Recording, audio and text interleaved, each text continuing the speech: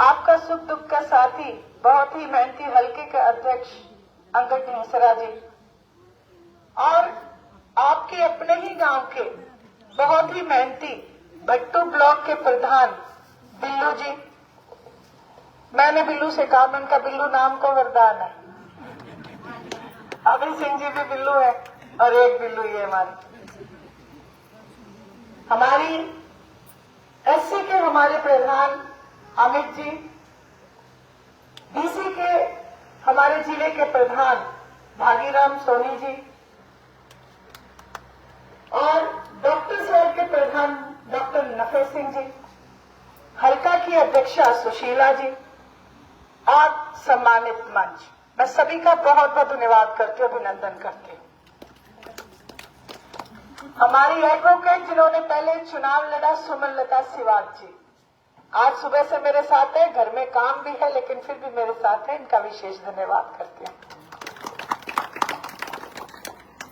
जैसा कि मुझसे पूर्व वक्ताओं ने आपको बताया, आदरणीय चौधरी देवीलाल जी का जन्म दिवस समूचा हरियाणा प्रदेश हर वर्ष सम्मान दिवस के रूप में मनाता रहा है। इस वर्ष भी ये सम्मान दिवस मेवात में नूह में मनाने का निर्णय पार्टी के शीर्ष नेतृत्व ने लिया है,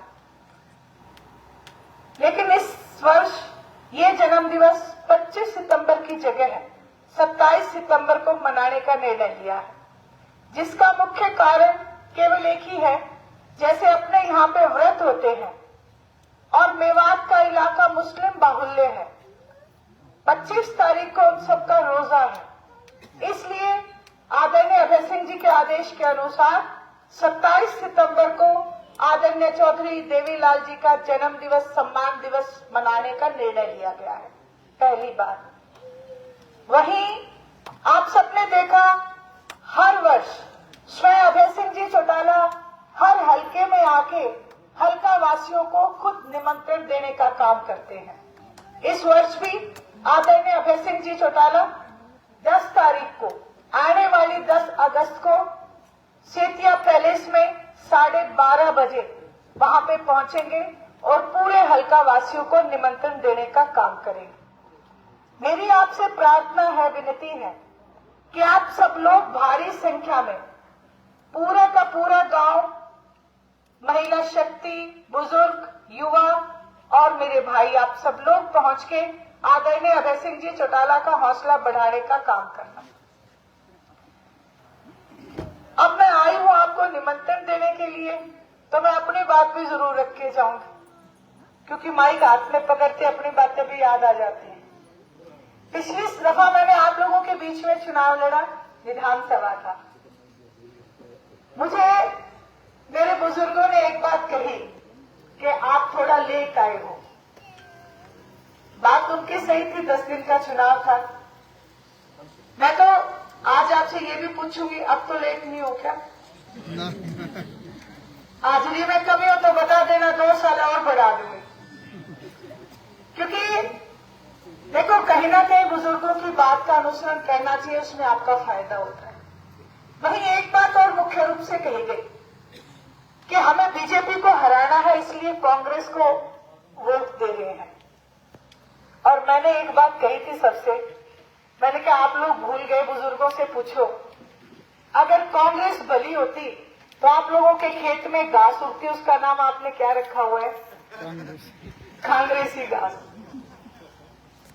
अगर कांग्रेस भली होती तो हम कभी भी उस घास का नाम कांग्रेसी नहीं रखते। और आज वही बात आप लोगों के बीच में है। हिसार लोकसभा चुनाव में मैंने लड़ा, अभी मैं हिसार गई थी तो मेरे कई बुजुर्ग मिले, बोले बेटी तेरी बात सही थी, ये तो मिले हुए निकले। क्योंकि राज्यसभा का जो चुनाव था, वो इनका जो नकाब इन्होंने ओढ़ रखा था मुंह पे, वो हटा के चला गया।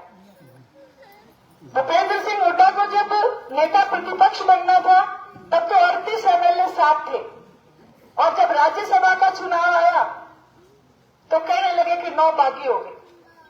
वो बागी नहीं हुए थे, वो बेचे गए थे। खरीद फरोख्त की राजनीति। और मैंने ये बात भी कही थी, मैंने कहा ये जो बड़े राजनीतिक दल है ना, जो नेशनल पार्टियां हैं, ये आप लोगों से वोट बटोरेंगे और दिल्ली के दरबार में गठड़ी खोल देंगे, आपकी बोली लगाने का काम करेंगे।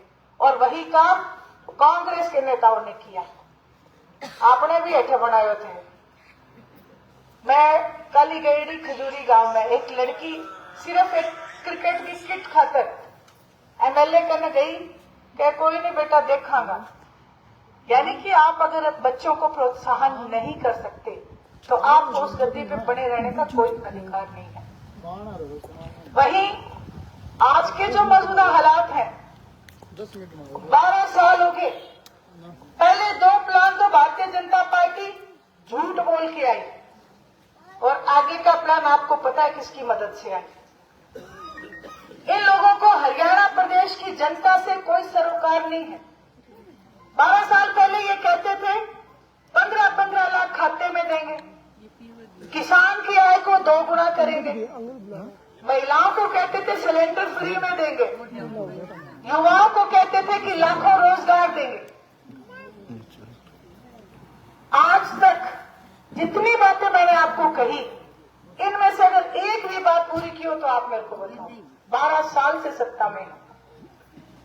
जहां तक बात 15 लाख की है तो 15-15 लाख खाते में इन्होंने तो दिए नहीं, लेकिन आज घर जाके आप लोग कॉपी पेन निकालना और जो 12 साल में रोजाना की जीएसटी जो आपने भरी है, जब आप उसका हिसाब लगाओगे तो 15-15 लाख प्रत्येक व्यक्ति इस सरकार को दे चुका है जीएसटी के माध्यम से।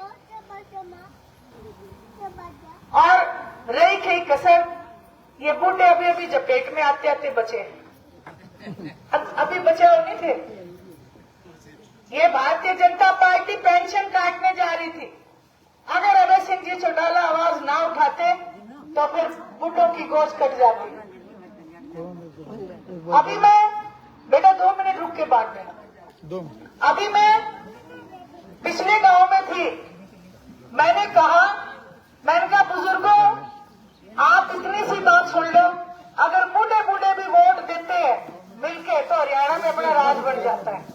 तो इस बार आपसे मेरी प्रार्थना है कि आप सब लोग इस बात को गांठ बांध लें कि चश्मे के बिना ना आग का काम चलता ना गोज का काम चलता। आप सब लोग चश्मे को मजबूत बनाओ। जंतर मंतर पे जब युवा बैठा, नीट का पेपर लीक हुआ, युवाओं ने कोई बड़ी डिमांड नहीं की थी। उन्होंने ये कहा कि भाई शिक्षा मंत्री का इस्तीफा होना चाहिए। 150 बार पेपर लीक हो गए। 150 बार थोड़े नहीं होते, लेकिन इस्तीफा तो हुआ। कैसे हुआ आप लोगों को पता है। हमारे बच्चों को पीटा गया, पुलिस की वर्दी में आरएसएस के लोगों ने बेटियों को बालों से घसीटा, उसके बाद इस्तीफा लिया। इस मंजर को आप कैसे देखोगे। मैंने तो केवल एक बात समझी है कि लोकतंत्र को खतरा है, प्रजातंत्र को खतरा है, क्योंकि ये पहले पीटते हैं, फिर बात मांगते हैं, और फिर एक ऐसा ही व्यक्ति दोबारा जो शिक्षा मंत्री बनाया है वो रेप के केस में रेपिस्ट है। ऐसे लोगों को हमारे ऊपर मुसल्लित करने का काम किया जाता है। ज्यादा बातें ना करते हुए मैं तो आपसे मदद मांगने भी आई हूं। कभी भी फतेहाबाद हल्के ने इंडियन नेशनल लोकदल पार्टी को कभी पीछे नहीं रहने दिया। इसमें कोई दो राय नहीं कि ये गढ़ हमेशा चौधरी देवीलाल जी का रहा। कसूर हमारा था, कसूर परिवार का था। आप लोगों ने कभी कोई कोर कसर नहीं छोड़ी।